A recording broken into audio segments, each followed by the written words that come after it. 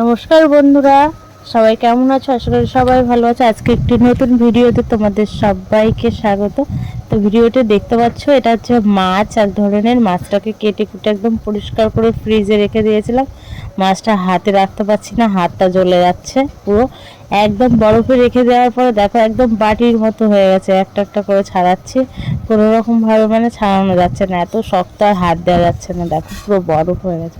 তো এই মাছটা আমাদের এদিকে পাওয়া যায় না, এই মাছটা কলকাতার ওই সাইডে পাওয়া যায়। তো 2 বাটিতে করে রেখে দিয়েছিলাম, দেখো নিয়ে আসা হয়েছে।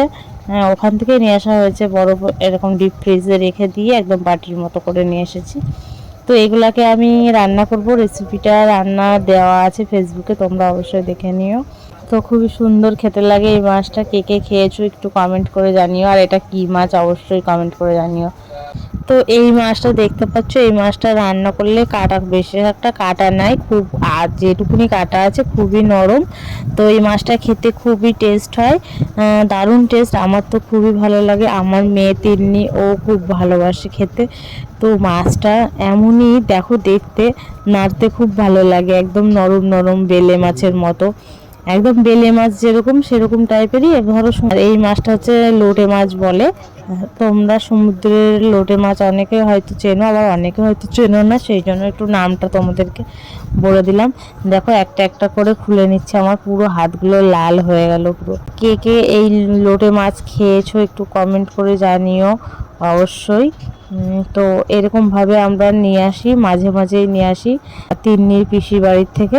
ওখানে আড়তটা কাছাকাছি, তো ওখান থেকে আড়ত থেকে নিয়ে কেটে কুটে পরিষ্কার করে দেখো কি সুন্দরভাবে নিয়ে এসেছি।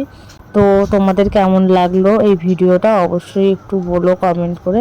আর এই ধরনের ভিডিও যদি ভালো লেগে থাকে তাহলে একটা ফলো করে দিয়ে যেও, আমার পেজে নতুন হলে ফলো করে দিও। তো সবাই পাশে থেকো, সাপোর্ট করো। দেখো একটা বাটি ছাড়ানোর পরে আর একটা বাটি ছাড়াচ্ছি, কোনোভাবেই এতক্ষণ হয়ে যাচ্ছে তবুও ছাড়ছে না। দেখছো এমনভাবে বরফগুলো লেগে ধরেছে। তো সবাই ভালো থেকো, সুস্থ থেকো, পাশে থেকো। সবাই সাপোর্ট করার জন্য অসংখ্য ধন্যবাদ সকলকে। তো মাছগুলো এইভাবে ছাড়িয়ে নিয়ে মানে সেদ্ধ করে নিতে হয় একটু। ঠিক আছে, তাহলে রাখলাম আজকের ভিডিও এই পর্যন্ত। পরের ভিডিওটি দেখার জন্য অবশ্যই ফলো করে দিও।